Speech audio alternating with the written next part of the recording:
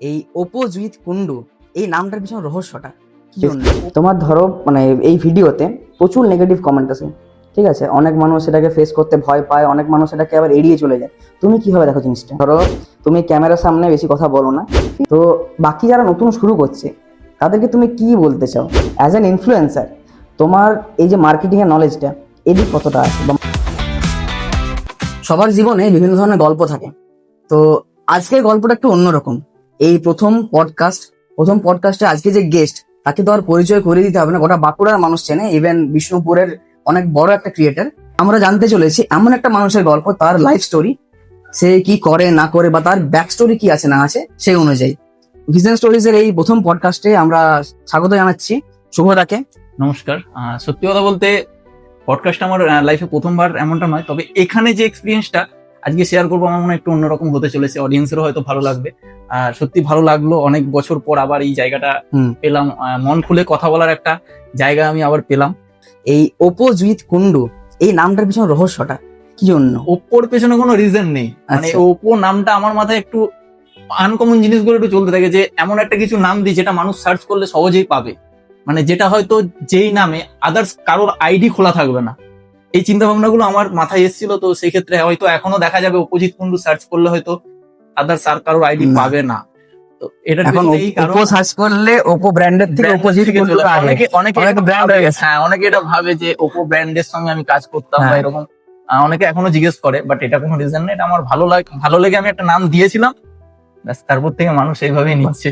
অনেক সময় শুনেছি যে ধরো কনসিস্টেন্সি ইজ দ্য কি, ঠিক আছে, কি অফ সাকসেস। তো এই সাকসেসটা পাওয়ার জন্য তোমার কতটা খাটতে, কতটা স্ট্রাগল করতে, তোমার স্ট্রাগলটা কি ছিল? স্ট্রাগল বলতে গেলে অনেক রকমের স্ট্রাগল আছে। শুধু যে ভিডিও করলাম, ভিডিও আপলোড দিলাম, এই ব্যাপারটা একদমই নয়। ভিডিওটাকে কোথায় গিয়ে করব, কিভাবে সেটাকে রেকর্ড করব, কোথায় গিয়ে আমি আগে ভয়েস ওভারে কাজ করতাম। এই যে ভয়েসটা যে দিতে যাই না, আমি নিজের বাড়িতে বসে ভয়েস, আমি ইভেন এখনো কিছু কিছু ক্ষেত্রে আমি হয়তো বাড়িতে ভয়েস দিতে পারি না, অনেক চেল্লামিল্লি বা অনেকজন থাকলে যেটা হয়ে থাকে ফ্যামিলিতে, তো সেই জিনিসটা হয় না। তো এটার জন্য আমাকে আলাদা করে জায়গা খুঁজতে হয় যে কোথায় যাব।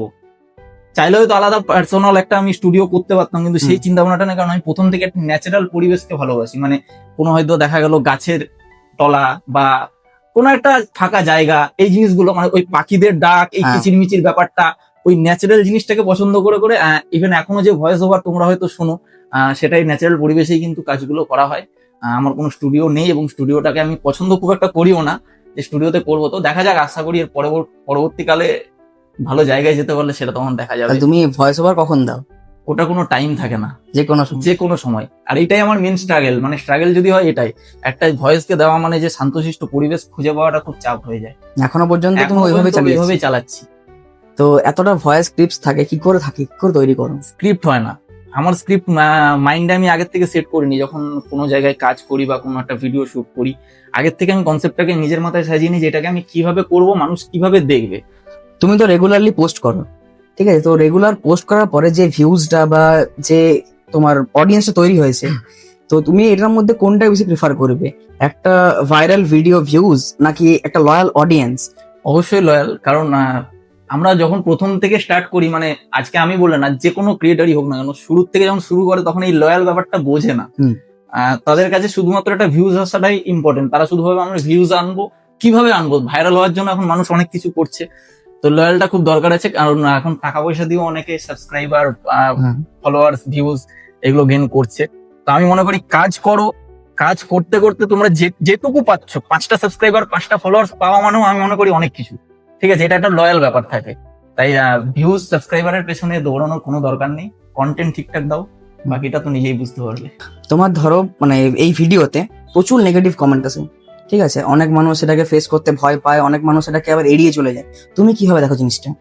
এটা আমার ক্ষেত্রে নয়, এটা প্রত্যেকটা কন্টেন্ট যারা বানায়, আমি মনে করি খারাপ কমেন্ট আসবে। খারাপ কমেন্টটা না আসলে হয়তো সেই জায়গাটা বোঝা যায় না। এই যে আজকে আমি একটা কথা বললাম যে আমি যেই দোকানে খাবার খেতে যাই, সেই দোকানের খাবারটা আমি যখন খাই তখন আমার কাছে ভালো লাগে, পরবর্তীকালে যেই মানুষটা খেতে যায় তার কাছে হয়তো খারাপ লাগে, তখন সে আমাকে ডাইরেক্ট এসে কমেন্টে বললো যে শুভদা, তুমি খেতে গেলেই কেন ভালো হয়, আমরা খেতে গেলে পাই না কেন? সব থেকে বড় কথা যে সব মানুষকে সন্তুষ্ট করা যাবে না। এটা নিজের তৃপ্তি, যে আমি ভিডিওটা করছি, আমি মানুষকে ঠিকঠাক ভাবে দেখাতে পারছি কিনা, যে আমি একটা জায়গা যখন ঘুরতে যাচ্ছি সেই জায়গাটার মধ্যে কি আছে, যাতে মানুষ এসেও একটা স্যাটিসফাই ব্যাপার আসে তার মধ্যে, এই জিনিসটা তুলে ধরার চেষ্টা করি। দেখো, তোমার সব থেকে যেটা আমার সব থেকে বেশি ভালো লাগে, ঠিক আছে, পার্সোনালি বলতে গেলে, ধরো তুমি রেগুলার কন্টেন্ট বানাও, কিছু হোক না হোক যে কোনো ভাবে একদম। তোমাকে তোমার 12টা ডট টাইম আমার ভিডিও যাবেই যাবে, যাবেই। যে কোনো উপায় আমাকে দিতে হবে। তো বাকি যারা নতুন শুরু করছে তাদেরকে তুমি কি বলতে চাও? টাইমটা ম্যাটার করে না তো, টাইম তারপরে কি আছে না আছে এগুলো একদমই না। আমি শুরু থেকে যেভাবে স্ট্রাগলটা করেছি, আমার লক্ষ্য একটা ছিল যে আমি এটা নিয়ে এগোবো। অনেকের একটা ইয়ে থাকে যে আমি হয়তো বড় হয়ে চাকরি করব বা একটা ভালো কোনো ব্যবসা করব বা কিছু। হ্যাঁ, ব্যবসার নেশাটা আমারও আছে, হুম। নেই না। তবে আমার শুরুর থেকেই যে একটা লক্ষ্য, যে আমি যেটাকে শুরু করেছি তাতে আমার আজকে এটা বলে না আমার একটা চ্যানেল হ্যাক হয়ে যায়, তারপরেও আমি আবার ঘুরে দাঁড়াই। তো এই ব্যাপারগুলো হয়েছে, তারপরে ওই ভেঙে পড়া ব্যাপারটা হয়নি। অনেকে এখন কি একটা চ্যানেলে কোনো ভিউজ আসছে না, হ্যাঁ। ভিউজ আসছে না বা যাই হোক না কেন ছেড়ে দেয়, হুম। ভাবছে যে হয়তো আমার এটার কোনো গন্ডগোল হচ্ছে, আমি আবার একটা অন্য কিছু করি। বা হচ্ছে এই না, হবে না। চেঞ্জ করাটাই ভুল আমার হুম। মতে। যারা শুরু করছো, তোমার কাছে কি আছে সেটা দেখাটা মূল লক্ষ্য নয়। তুমি প্রথম থেকে স্ট্রাগলটা করো, যে আমাকে হুম। ভালো একটা কনসেপ্ট দিতে হবে, মানুষকে ভালো একটা স্টার্ট করাটাই মেইন, এখন স্টার্ট কর। স্টার্ট করতে করতে ছেড়ে দেওয়া চলবে না। হ্যাঁ, কনসিস্টেন্সি বজায় একদম রাখলে রাখতেই অবশ্যই হবে। সাকসেস হবে। একদম। দেখো, তুমি যে কাজটা করছো, ঠিক আছে, এই কাজটা পুরোপুরি একটা মার্কেটিং এর মধ্যেই পড়ছে, ইনফ্লুয়েন্সার মার্কেটিং বলতে গেলে। অ্যাজ অ্যান ইনফ্লুয়েন্সার, তোমার এই যে মার্কেটিং এর নলেজটা এদিক কতটা আছে, বা মার্কেটিং কিভাবে কি হচ্ছে, এখন ডিজিটাল মার্কেটিং এর যুগ, ঠিক আছে, আমরা একটা মার্কেটিং এজেন্সি চালাচ্ছি এখন, তো সেই জায়গাতে তুমি কি বলতে দেখো, চাও? প্রথমত আমি যেটুকু বুঝি আমি ততটুকুতেই সন্তুষ্ট। মানে আমি যেটা বুঝবো না অতিরিক্ত কিছু করতে যাবো না। আমি যদি যে কাজটা করছি, আমাকে কোনো একটা ক্লায়েন্ট যদি ফোন করে, আমি আগে সেই জিনিসটাকে বোঝার চেষ্টা করি যে আমার জন্য এই কাজটা কিনা। হুম। আজকে সেটা রাজনৈতিক হতে পারে, বা কোন হচ্ছে যেগুলো আমাদের গেমিং ফেক কোনো একটা স্পন্সরশিপ হতে পারে। তো সেই জিনিসগুলো যখন আসে না, তখন সেই জায়গাগুলো আমি আগে ভেবে নিই যে এটা আমার জন্য কতটা ঠিক। হুম। আমি যখন মনে করি যে আমি যেটাকে নিয়ে চলতে পারবো না, অযথা সেটাকে নিয়ে না ঘাটাই ভালো। তাই পুরোটা নিজের উপর ডিপেন্ড করে যে নিজে কতটুকু ইয়ে করবো।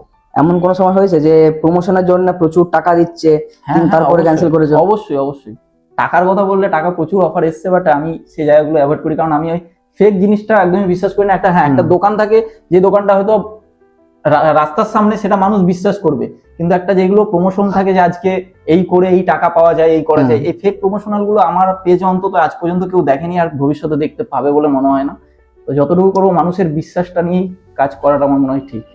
তুমি কোনটাকে বেশি প্রেফার করো, যে ধরো তুমি ক্যামেরার সামনে বেশি কথা বলো না, ঠিক আছে, তুমি ক্যামেরার বাইরে ক্যামেরার বাইরেও আমি খুব বেশি কথা বলি বলে না, হ্যাঁ। আমি মানে যতটুকু প্রয়োজন আমার, আমি ক্যামেরার বাইরেও খুব বেশি না। তবে হ্যাঁ, কারোর সাথে যদি খুব ফ্র্যাঙ্কলি মিশে যায়, যেমন তোমার সাথে বাকি সবার সাথে হয়েছে, তো তখন গল্প শেষ হয় না সহজে। তখন কখন বাড়ি যাবো এরকম কোনো চিন্তা ভাবনা থাকে না। বাকি অন্যান্য সময় একটু চুপচাপই থাকতে পছন্দ করি।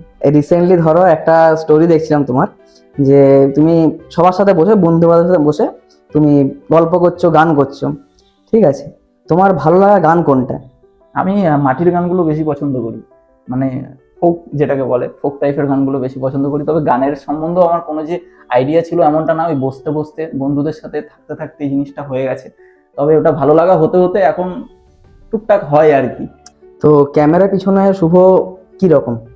এটা তো অডিয়েন্স বলবে, মানে যাদের সঙ্গে দেখা হয় বা জেনারেলি দেখো, তোমার সঙ্গে পরিচয় আমাদের অনেক দিনের, ঠিক আছে, তো সেই জায়গা থেকে আমরা তো একটা আলাদা ভাবে দেখছি তোমাকে। তোমরাই ব্যাপারটা বলতে পারবে যে কেমন কি রকম। তুমি কি ফিল করো যে আমি এরকম, আমার আমি মানুষের সাথে একটু ভালোভাবে মিশতে পছন্দ করি, এবং হ্যাঁ, এখন সচরাচর মানুষদের সাথে বেশি আলাপ পরিচয়টা থাকলেও কথা হয়তো হয় না। কোনো জায়গায় বসে একটু গল্প করবো, আড্ডা মারবো, চা খাবো, এই ব্যাপারটা এখন হয় না।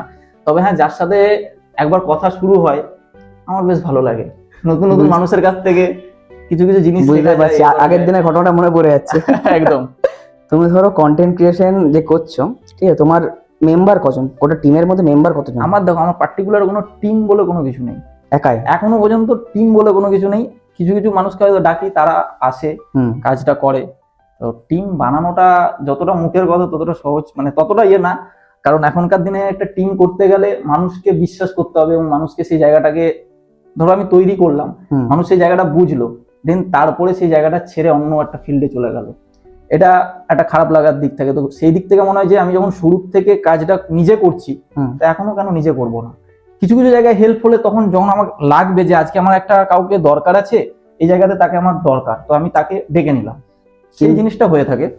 তোমার একটা সাধারণ দিন কিরকম ভাবে কাটে, সকালটা থেকে রাত পর্যন্ত কিভাবে চলে? সকাল থেকে রাত পর্যন্ত বলে না, আমার প্রত্যেকটা দিন ভিডিও, মানে সকালে যে উঠবো, ওঠার পর থেকে আমি কি করব, আমার প্রথম কাজ থাকে আমার আজকের কনসেপ্ট কি। হুম। কোনো জায়গায় প্রমোশনাল শুট থাকলে বেরিয়ে পড়ি, এরকম হয় কোনোদিন কোনো প্রমোশনাল শুট নেই, তখন কি করব, তখন আমি আগের গুলোকে রেডি করার চেষ্টা করি যে কিভাবে, ওই যে বললাম প্রথমেই ভয়েসের ব্যাপারটা, হুম। জায়গা একটা নির্দিষ্ট ইয়ে করার, ওই ব্যাপারগুলো থাকে, এইভাবেই চলে। তুমি নেক্সট 5 বছরে নিজেকে কিভাবে দেখতে চাইছো, বা কোন পজিশন নিজেকে দেখতে চাও? আজকে মানে বেঁচে থাকাটা এখন সব থেকে বড় ব্যাপার, ঠিক আছে, আজকে কথা বলছি, কাল কি হবে বলা মুশকিল। ওই 5 বছরটা অনেকটা সময়, তবে আমি ওই যে লক্ষ্যটা স্থির রেখেছি সেই লক্ষ্যটাই আপাতত এগিয়ে যেতে চাইছি as a content creator. Content creator, হ্যাঁ, আস্তে আস্তে সেটাকে একটু, এই যে বললে টিম বা এই সমস্ত জিনিসগুলো, এগুলো দেখি যদি করতে পারি। তবে হ্যাঁ, ব্যবসার একটা চিন্তা ভাবনা আমার প্রথম থেকে, এটা ইচ্ছে বা বলতে পারো এটা আমার ছিল, তবে দেখা যাক কি হয় পরে। তোমার ধরো এখন স্টুডিও নেই, টিম পুরোপুরি নেই, ঠিক আছে, স্ট্রাগল এখনো চলছে, এখনো চলছে। মানে 8 বছর হয়ে গেল, তারপর তারপরে? স্ট্রাগলটা চলছে, ঠিক আছে। তোমার ফিউচারের প্ল্যানিংস কি এটা নিয়ে? ওই তো সময় আসলে সবকিছুই আস্তে আস্তে করব, টিম তো একটা অবশ্যই দরকার, হুম।